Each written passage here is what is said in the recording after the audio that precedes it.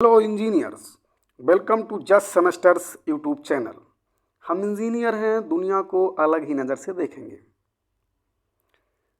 तो जैसा कि जानते हैं आप, आपका फॉर्म पड़ चुका है और सेमेस्टर एग्ज़ाम नज़दीक आ गया है। सेमेस्टर में पढ़ाया जाने वाला फ्लूइड मैकेनिक्स। तो चलिए आज हम पहली यूनिट स्टार्ट करेंगे। तो आइए आगे बढ़ते हैं। चलिए सबसे पहले हम जान लेते हैं कि फ्लूइड क्या होता है।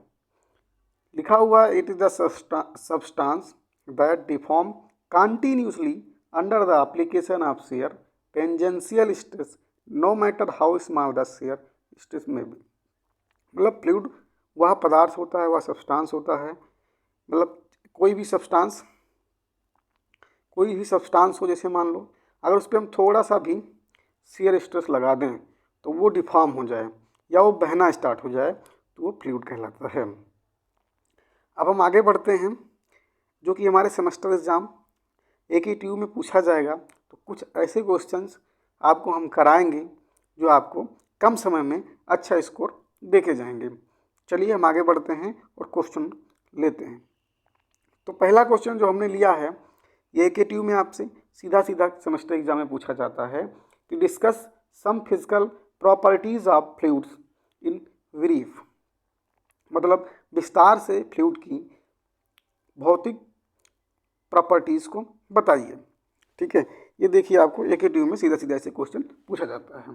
तो इसका आंसर होगा सीधा हमारे पास 4 प्रॉपर्टीज़ होती हैं फ्लूइड की, जो कि लिखा हुआ है some physical properties of fluids are follows.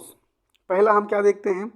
पहला देखते हैं हम डेंसिटी, दूसरा देखते हैं बेड डेंसिटी, और तीसरा हम देखते हैं स्पेसिफिक वॉल्यूम, और चौथा देखते हैं स्पेसिफिक ग्रेविटी। अब देखिए इन सब चीज़, जैसे मान लो हमारे पास फ्लूइड है, जैसे कोई फ्लूइड है, कुछ है फ्लूइड है, मान लो ये हमारे पास फ्लूइड है, तो इसकी ये 4 प्रॉपर्टी हमको देखनी होती हैं। ये फिजिकल प्रॉपर्टी होती हैं और इसको हमको देखनी होती हैं और एग्जाम में साफ साफ लिखनी होती हैं। ठीक, चलिए एक एक करके हम बात कर लेते हैं चारों के बारे में। तो आगे बढ़ते हैं। सबसे पहले हम देखते हैं डेंसिटी के बारे में कि डेंसिटी क्या होता है। देखिए डेंसिटी जो होता है किसी भी, जैसे हमारे पास कोई ये पदार्थ है तो इसका अपना मास होता है, और ये जैसा भी है पदार्थ तो इसका वॉल्यूम होगा। ठीक है, वॉल्यूम होगा जिसे हम V से लिखते हैं। ठीक, अब डेंसिटी क्या होता है? लिखा हुआ है it is may be defined as the mass per unit volume at standard temperature and pressure. It is also known as mass density और स्पेसिफिक मास। मतलब ये कहने का मतलब साफ ये है भैया कि जो इस किसी पदार्थ का जो डेंसिटी होगा तो इस पदार्थ का जो मास है, मास और वॉल्यूम, तो यूनिट वॉल्यूम में कितना मास है उस पदार्थ का, ये बताता है हमें डेंसिटी। यानी कि अगर हम डेंसिटी की बात करें तो ये हमारा हो जाएगा मास उस बॉडी का, मतलब उस पदार्थ का जो ये था, और उसका जो वॉल्यूम था तो अपॉन वॉल्यूम, ये हो जाएगा हमारा डेंसिटी हो जाएगा। क्या हो जाएगा? डेंसिटी हो जाएगा। ठीक है, इसकी यूनिट होती है वॉल्यूम की, ये होता है मास का हमारा क्या हो जाएगा? मास को हम केजी लिखते हैं, और वॉल्यूम का मीटर क्यूब, तो इसकी यूनिट हो जाएगी केजी पर मीटर क्यूब।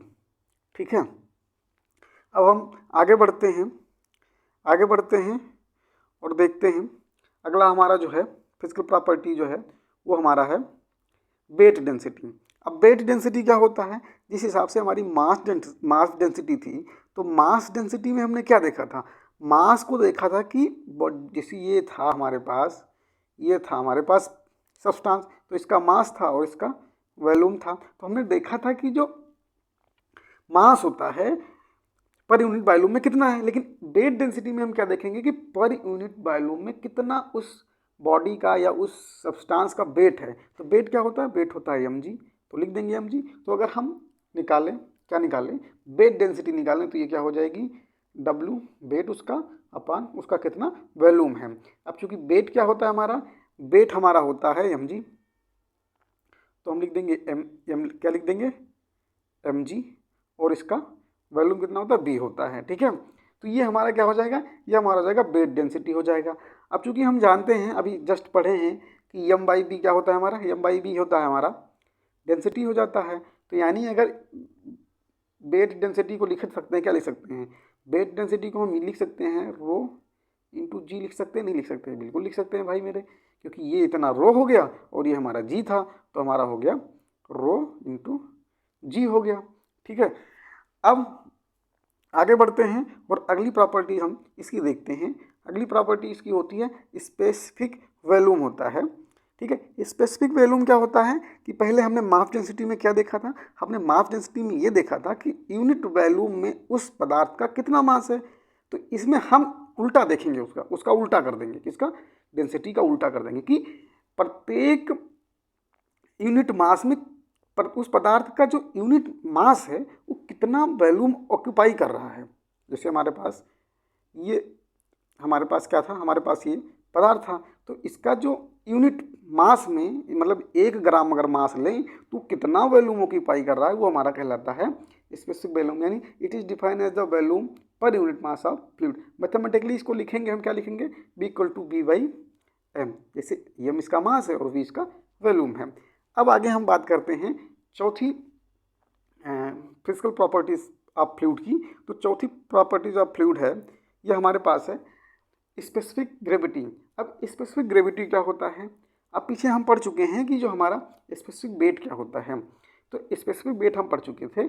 तो अगर हम स्पेसिफिक किसी भी पदार्थ के स्पेसिफिक वेट को और उसके जो हमारा स्टैंडर्ड फ्लूइड लिया गया है उसके रेशियो को अगर हम देखें तो हमें स्पेसिफिक ग्रेविटी मिलेगी। It is the ratio of the specific weight of the given fluid to the specific weight of standard fluid. यानी जैसे मान लो हमारे पास ये पदार्थ दिया जाए तो इसका जो हम स्पेसिफिक वेट निकालेंगे पहले, इसका जो स्पेसिफिक वेट निकल के आएगा मान लो W, और हमारे पास स्टैंडर्ड फ्लूइड जो मानेंगे हम उसका मान लो W निकल के आए, तो ये हो जाएगा W/W। ठीक है, अब आगे अगर हम बात करें कि कि हम क्या करते हैं, स्टैंडर्ड फ्लूइड मानते किसको हैं।